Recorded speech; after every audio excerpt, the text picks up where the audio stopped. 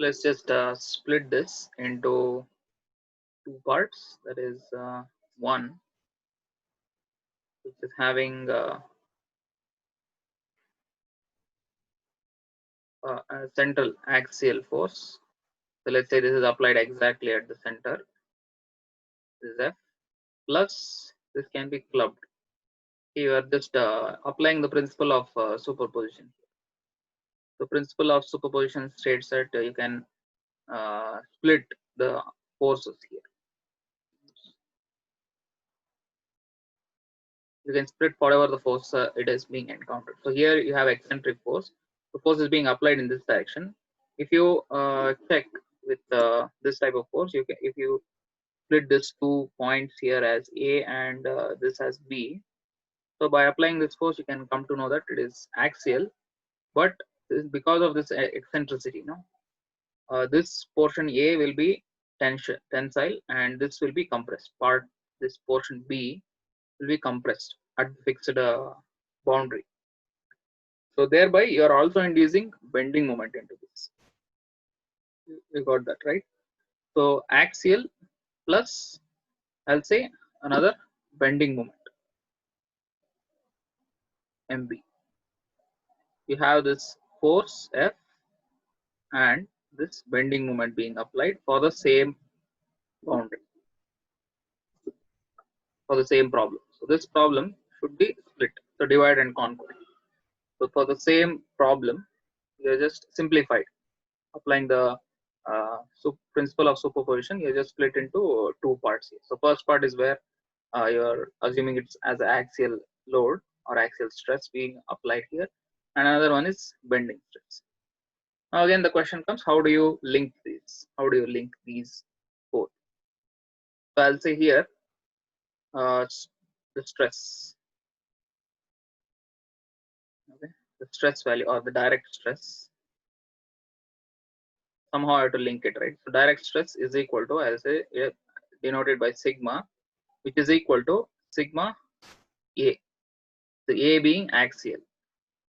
This is by axial, and this, I'll say, it is bending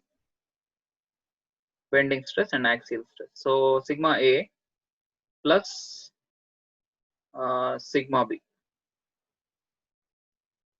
So again, this plus is ambiguous. Why? Because I told you before, where whenever you apply bending loads, the portion A is tensile but B compressive. So this condition is considering as where A is positive bending. Say A is positive bending or stress tensile. Okay, considering for portion this A as tensile as and B as negative, because it's being compressed here, right? So since it's being compressed here, you can consider that as it is being compressed there. So in that case, this will be plus or minus. Okay, axial plus or minus bending. So that's how you link these two. Now again the question comes, what are the equations for this? So we have defined this earlier. Remember, sigma A is nothing but the axial stress. In the previous class we have defined sigma A, that is axial, was nothing but force by area. Okay, so this portion here, that was nothing but our force by area. Similarly, for bending stress, we also defined sigma as this thing here, mb by z, nothing but mb I by mbc by I. That is central distance from this neutral fiber over moment of inertia. So we can link these two here. So you can write, simplify in that fashion. So this will be sigma A is force over area, and again plus or minus. This is mb is bending moment, neutral fiber C over I. Okay, so yeah, this is how you link it. So sigma now stress for an eccentric loaded body is nothing but this. So bending moment again we can find, right? So bending moment is nothing but force times the eccentricity. So force, whatever force you apply times the eccentricity will give you the bending moment. C is the distance of neutral fiber from this portion. Okay, where the force related to the force, neutral fiber to whichever part you are considering. So this will be your C, and similarly I will be moment of inertia based on the cross section, whether it is rectangular or circular. So that it depends on that. So by this fashion, we can find the direct stress. Okay, plus or minus is just whether it is tensile in case of section A, right, and it is compressive when we consider section B. So this stress depends on whichever area you are considering. This is compression. Okay, right. So this is a condition when I encounter. So I will call this as, let's say, case one. Case one, when you're encountering axial stress plus bending. So whenever you are encountering axial plus bending, this is your governing equation. So I want you to remember this. This is not in data handbook, I believe. So remember this. This is the equation you use when then these two kinds of stresses are being acted on the body, any body for that matter. Also, whenever eccentric loading is given, this is what the case you use, axial and bending. Okay. The next I'll say that case two. Case two, suppose there's one more case when I'm applying let's say axial plus torsion. Okay. Axial and torsion. Usually this kinds of stresses we come across in automobiles and stuff. So let's say you have a shaft fixed at one end, okay, a circular shaft body fixed at one end. So you're applying an axial load, let's say. You're applying an axial load over here, let's say over F. And also for this body, you are torquing it, means you are trying to spin it in some direction. This empty torque. So you're applying both axial load, tensile, and also torque in clockwise direction and viewed from the right. So how do you link in this case? Okay, so I've defined this before. Right? So it is empty torque, which is encountered here. So torque, you get shear stress. So this is what we defined before, shear stress, that is torque over J by J into R, right? So you get torsion here. Torsion means it is shear stress. So axial means it is tensile stress, right? So you need to link these whatever you get here. So you get tensile stress over here and you get shear stress over here. So the only equation which we know so far that has both of these two components is the principal stress equation. Okay, remember, considering principal stress equation.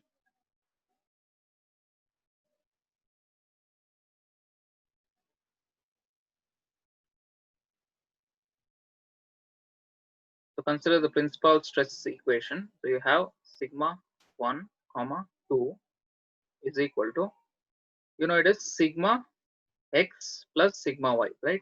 So this is what we know, sigma x plus sigma y by 2. This is how we start the equation. But since we don't have sigma y, we can eliminate that sigma y, and x also we can eliminate. So this equation now condenses to just sigma.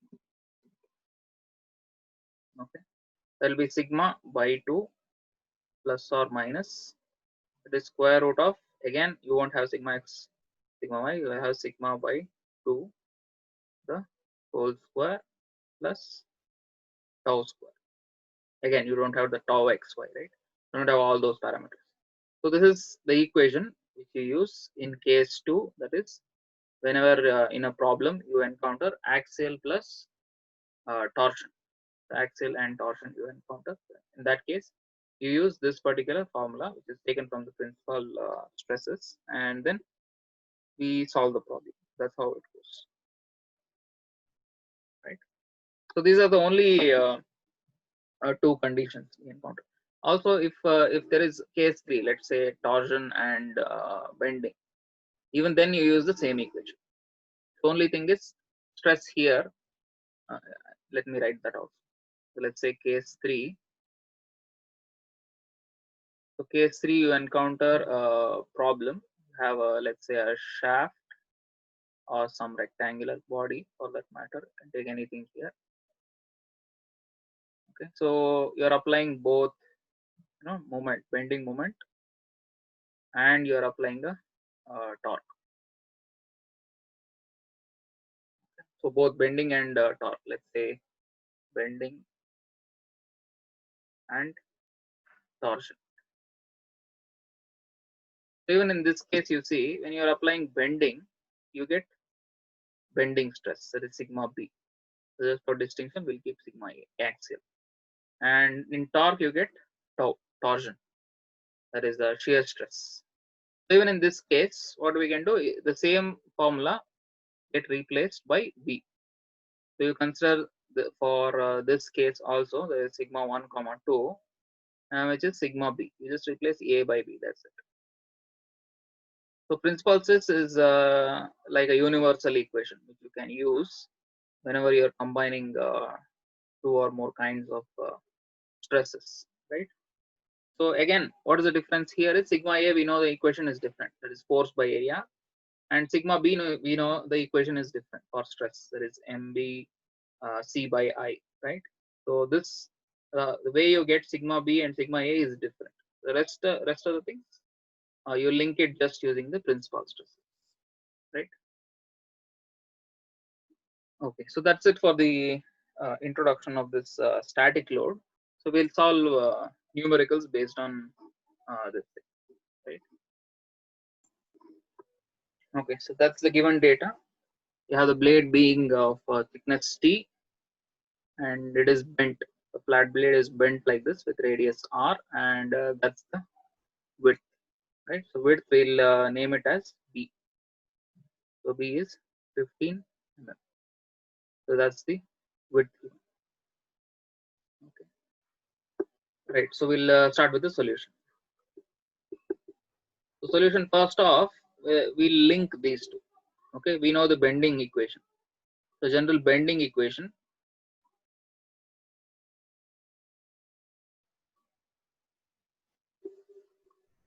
The bending equation we know is given by mb by I is equal to sigma by c is equal to E by R. Okay, so this is nothing but B. So this is given equation 2.90. You can extract the data from that point. And what is flexural stress? So this flexural stress nothing but sigma B, where you can link it using these equations. You know E, we know R. Young's modulus is also known here, so you can check it out here. Young's modulus is 2 times GPa is known.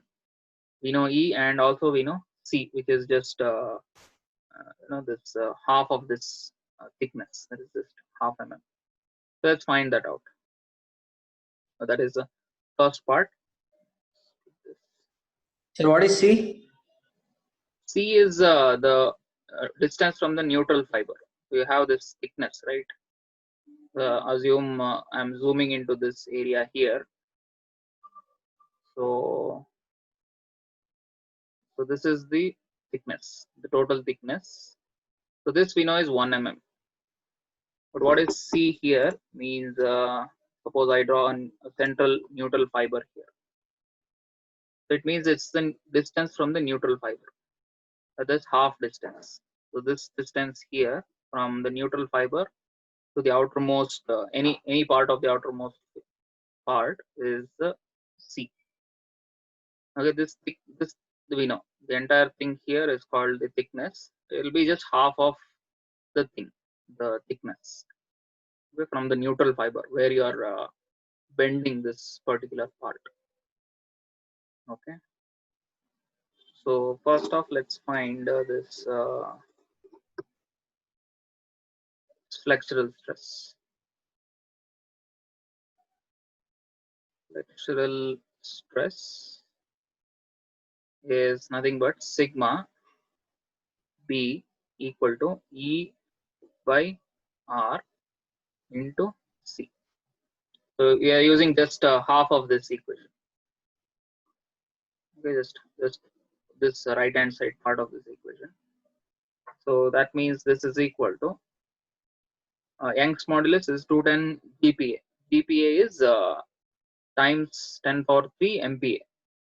Okay, we need to distinguish this connection. Sometimes it will confuse you. The units, just pay attention. This is 210 into 10 power 3 MPa. Okay, so the MPa we know is nothing but Newton per mm square. So convert into Newton per mm square first, and then you can substitute. So sigma B is Young's modulus E, that is 210 times 10 power 3 in MPa. MPa means Newton per mm square over R. R we already know is 500 mm, is given in the question, is 500 into C is just half of the thickness. C you can replace also by let's say T by 2. Okay, half of the thickness, because the neutral fiber and the outermost fiber of either outer or inner before bending, that is. That means it is just 1 by 2. The thickness is 1 mm given in the question over 2. So when we solve this, you will come to know what is the flexural stress. Okay, so one part will be done. So we don't have space for the next, no problem. We'll continue this with the paint version. Let me copy the whole thing.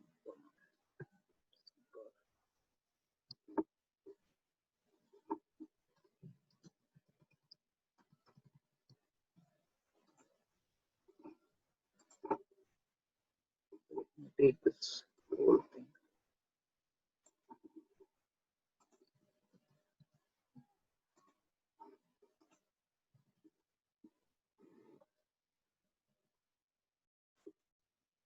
Okay, so this is what we have done so far. So let's continue from here. Okay, you guys can calculate what is the flexural stress. In the meantime, I'll work out for the bending. Yeah, you're right. So flexural stress is 210 Newton per mm squared. You're right. So that's the flexural stress. That is sigma or sigma B. You can name it anyway. And for bending stress, only one more thing we need. That is the bending stress. Whereas we have one hiccup. That is I is not yet known. Right. So value of I is this is a rectangular cross section. You can see in the blade here, you're given thickness and width. It's a rectangular cross section. So for rectangular cross section, you can go back to the data handbook if you have any doubts regarding this. In the data handbook, I believe there is a value given for the section. Let me show you. If you know it, well and good, but sometimes for a certain cross section, you might not know the exact data. Yeah, here. Check it out. So here, this is given as this is polar. Here. So for rectangular cross section, the moment of inertia I. We need to extract this value. There is BH cube over 12. So B and H cube over 12. So I think we wrote B as 15. Okay, so B as 15. So H will be as 1 mm. Okay, so B is 15. Width is breadth. Let's do that. So before we get into this, we just write the equation. That is MB by I equals sigma B by C. So we know sigma B, we know C, we don't know both of these. So let's find I first. I is equal to from the data handbook, which is b h cube by 12. From data handbook, you can extract this data. It's table 2.7.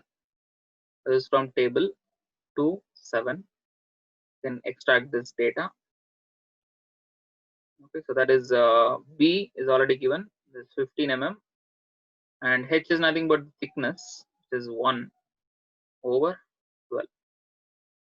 So with this data, we'll get what is the value of I, and now we can directly substitute for MB, right? So MB is equal to sigma B into I by C. Okay. So we know all the values here. So there's 210 by half, that is 0.5 into I, which is 15 by 12. So solve this and you will get what is the value of the bending moment, which is asked.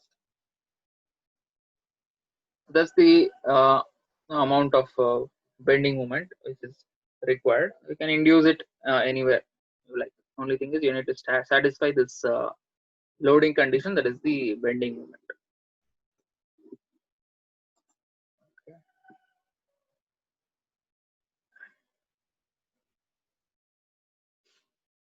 Okay. So 210 divided by 0.5, and again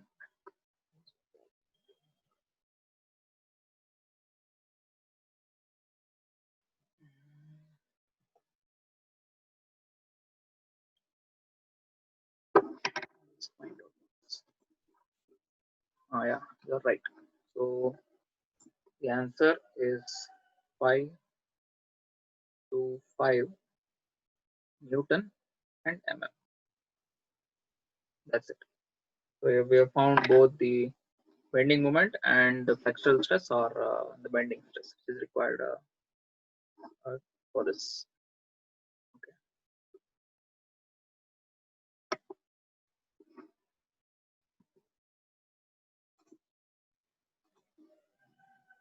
Okay. So we are done with that. So let's start with the next problem.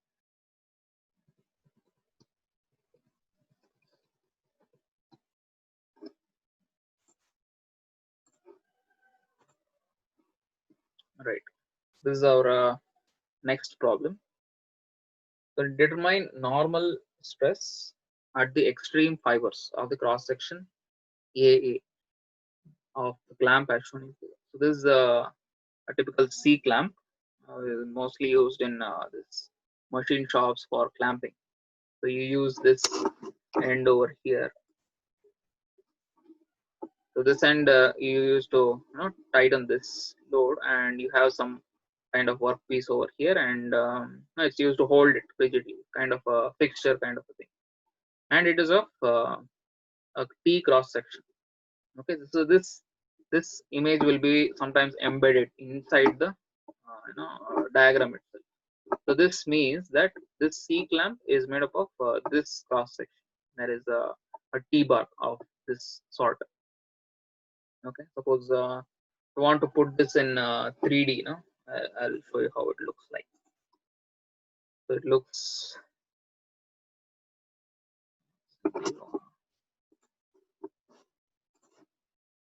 suppose if I draw this in 3D figure, it looks something like this. Okay, that T is how it would carry on. Okay, so like this, it will come curved, and again it will come curved over here. So all edges will follow the same route.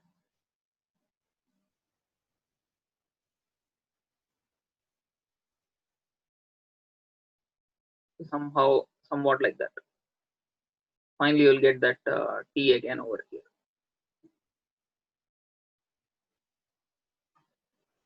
Okay, so this is how it is. A T bar which is bent like this. So this cross section which we see here, okay, sometimes will be embedded inside the the bend itself, okay, to show us. So this is not just nothing but a side view. So if you are seeing this as a front view, So this is just the side view. So instead of putting it over here, they just embedding inside the picture itself. Just like this. The side view will be just like this. So that's the cross section. Okay. So then one more thing to note here is extreme fiber. So what is meant by extreme fibers here? The extreme fibers just means that it is the inner and outer fibers. So this is the cross section which the question states you to identify. So this is the cross section, and this is the inner fiber, and this is the outer fiber. So let's say inner and outer. So there are two fibers, inner and outer. So you need to uh, see what's happening here. So because of the load being applied here, load is applied way over here, and it is eccentric. Just by looking at it, we can come to know. If you are analyzing over here, it is eccentric. So if you analyze over here itself, it is not eccentric. It's axial kind of load maybe. But since you are analyzing way over here, and load is being applied somewhere else, that means it's a eccentric kind of load. So this portion try to expand, the outer fiber try to compress. So that's how it will work for this problem. So straight off, you can see this is a first case. So this problem is coming under case 1, that is axial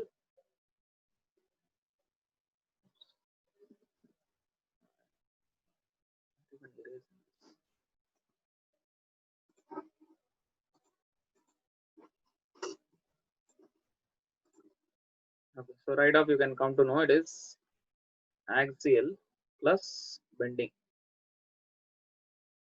kind of a problem. So you are applying axial as well as because the offset or the eccentricity is also encountering a bending load in this problem, right?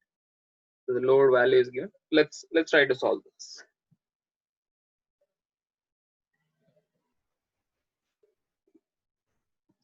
Okay, let me copy this.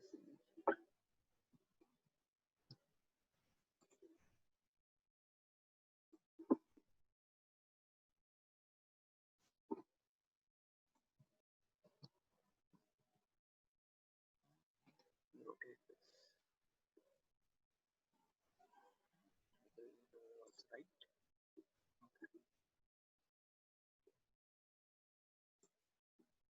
Okay, so now it's looking like a C clamp, I think. So you can see the C here. So the C clamp with this kind of a cross section. Okay, let's analyze this cross section.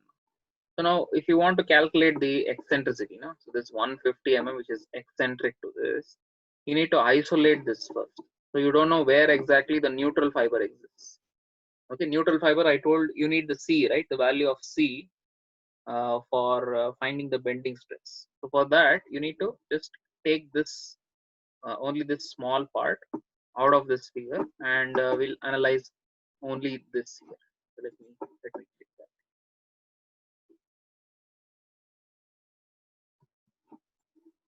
Okay, so now that I have isolated this only the cross section.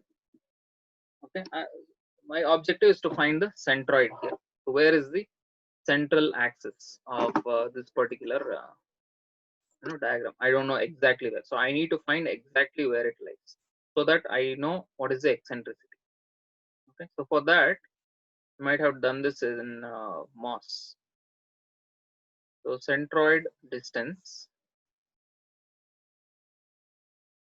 So for finding the centroid distance, I need to first split this into two separate bodies.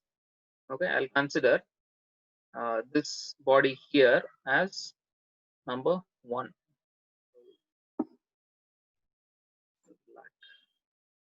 So this body here as number 1, and this body here as number 2. Okay, body number 1 and body number 2. So each body have their own centroids, right? So I need to find altogether what is the value of that. So I can say centroidal axis along the x-axis. So I'll say this as along x-axis, and this is my y-axis. Y-axis, I think they are symmetrical. Okay, it'll be exactly at this point here, half of this distance. But I'm more bothered about the x-axis. Okay, because I need this load here. This what is the distance in the x-axis? This is 150 plus something, I don't know. Along the x-axis, I need to find out. So I'll find the centroidal distance of x is given by a1 x1 plus a2 x2 by a1 plus a2. So here a is nothing but area. Okay, a is nothing but area of that particular section. So if I write a1, that means area of 1. That's how it means. Okay. So let me expand this. So with this formula here, I can find what is the centroid of this particular cross section together. Okay, no need for elaboration. So x bar is nothing but area of 1. So it's nothing but 100, length 100 times breadth 40. This is 100 into 40 into x1. So this is x1. Okay, along the x-axis, what is the distance? That is 40 plus, again the same thing here. So height is 40, length is 40, and this breadth 100 into what is this? Oh, I'm sorry. X is the centroid distance. That is x by 40 by 2. Half of this. So this is 40, right? Half of this I'll have my centroid. Similarly here this is 100. So I'll have it as 100 by 2 centroid of this cross section here, divided by area 1 plus area 2. That is 100 into 40 plus 40 into 100.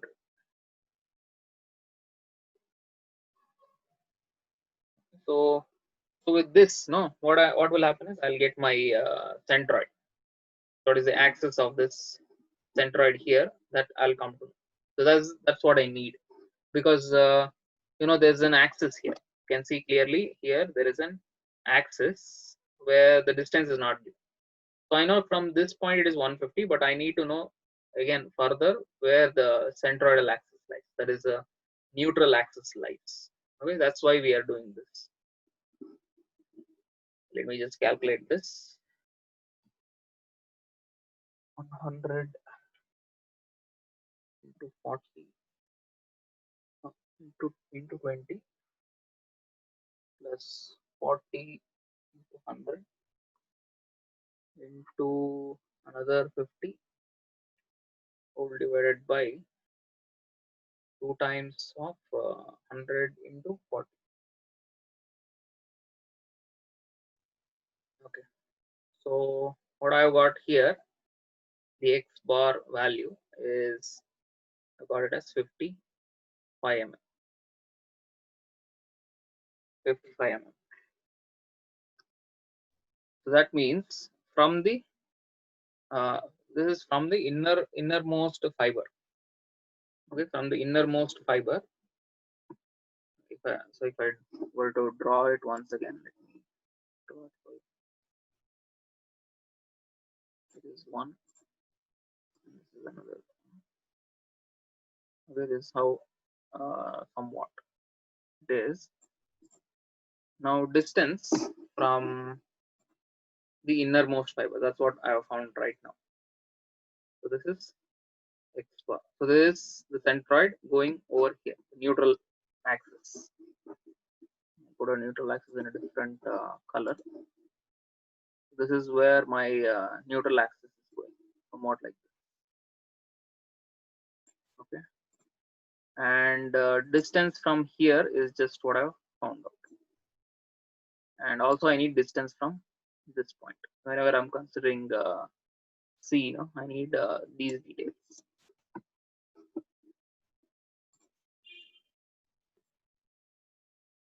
So distance from the innermost fiber.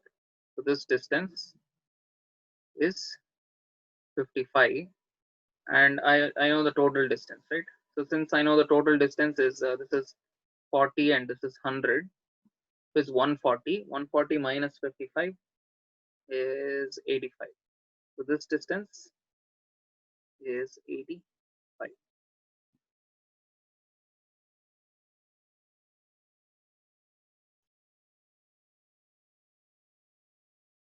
Okay, I hope you have got this. So whenever we find the the centroid axis. No, it's always from the right end to the left end. How we have considered section 1, section 2, and this portion is 50 mm. So this means the eccentricity is, we can calculate here. So this from the force being applied. So force is applied somewhere here 150 till this inner fiber.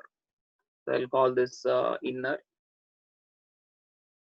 This is the inner, and this portion here is the outer. Right. So force is applied somewhere over here, and this is my eccentricity here. So from here till here, okay, this whole distance till where my force is being applied. So that is the eccentricity. So from the figure, you can easily come to know eccentricity E is this distance 150 till the inner fiber plus 55. Right. So eccentricity is 150 plus 55. So that means it is 550 and 205. Right. So now I have found the eccentricity. Now I can go ahead with finding the value for bending moment and other stuff. Right. But before that, I need the moment of inertia, total moment of inertia. So I'll write off the equation. That time I think you won't get that confused. So I hope it's clear till now. So I'll write the equation for your reference. So let's say we need to find the stress values, right? So stress at inner fiber. So let's say stress, direct stress at inner, that is equal to load by F, load by area. The inner fiber is subjected to tension, right? So because you are applying a tensile load, it is subjected to tensile. So I'll write plus this normal stress plus the bending stress, MB by I into here. This length here will be the inner fiber length. So I'll just put this as length of inner and length of outer. Okay, for the inner fiber. So this is Li. Similarly, stress for outer fiber. Stress for outer fiber is sigma O is equal to same F by A, force by area, plus here again MB by I, moment of inertia of the entire body, into L O, outer one. Okay, the distance of centroid from outer. So that's what we have to consider, inner and outer. So two different stress values. So bending moment we can find easily now. Force is known. Cross sectional area we can find easily. Then inertia. Inertia is again a tricky part. Let's find the moment of inertia first. Okay. So Li, L naught we have already found. So moment of inertia I is equal to. So this is again inertia of section 1. Okay, about the center of gravity plus moment of inertia about of 2. So it is combined moment of inertia of both the things here. So I hope you got that. So this again here is about the centroidal axis. So it's about the centroidal axis. So there is a distinction. So this is given as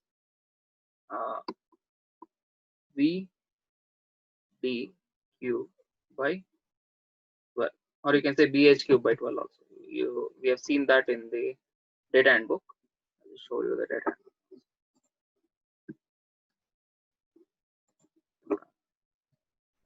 Here, so BH cube by 12. Okay, for the first section. Again, there is a confusion here. What do you consider B and what do you consider H? Okay, so how do you distinguish is B is always parallel to the force applied. So you see here, force is being applied here. So whatever is parallel to that force applied is B or B. Okay, so you see force is here and this 100 value is here. For first section, the value of 100 is here. So that means you take B as 100 and H as 40. Okay, always look at the load. So if load is in the direction same parallel to that, whatever dimension you find, that is your value of B. Okay, so this plus about the area, cross sectional area, and this the distance from the inner fiber, that is the distance from the inner fiber squared of that value.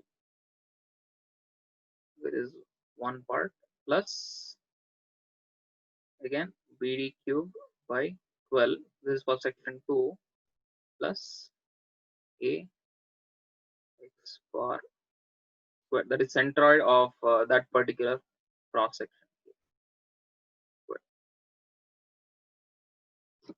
So this again taken equations taken from the MOS, right? Moment of inertia. How do you find?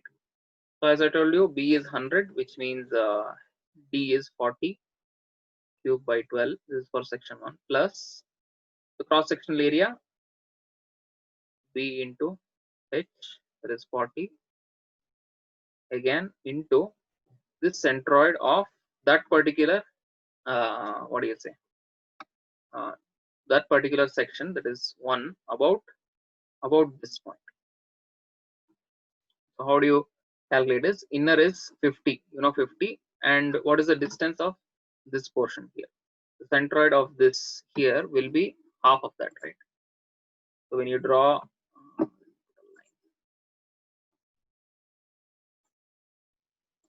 the centroid of this will be at 40 by 2. Similarly, centroid of this will be at 100 by 2. So this point here, so this point will be at a distance of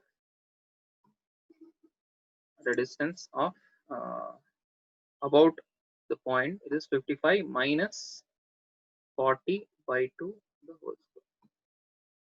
It is one part plus the second part is B now is 40. Okay, I told you before, that is look at the force. Whichever dimension is parallel to the force, that is your B. So this is 40 into 100 cube over 12 plus cross sectional area is 40 into 100 into the distance from the centroid from that particular axis, that is on the left side it will be what do you say, 100 by 2 minus 55 the whole square. That's a big calculation, big part of calculation.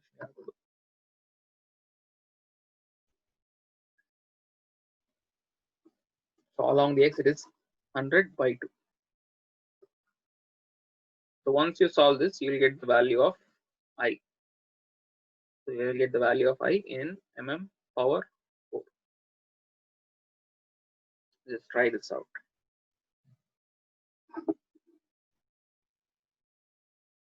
So once you get this, we just have to plug the value here and extract the stresses. Right. So we'll continue this. We'll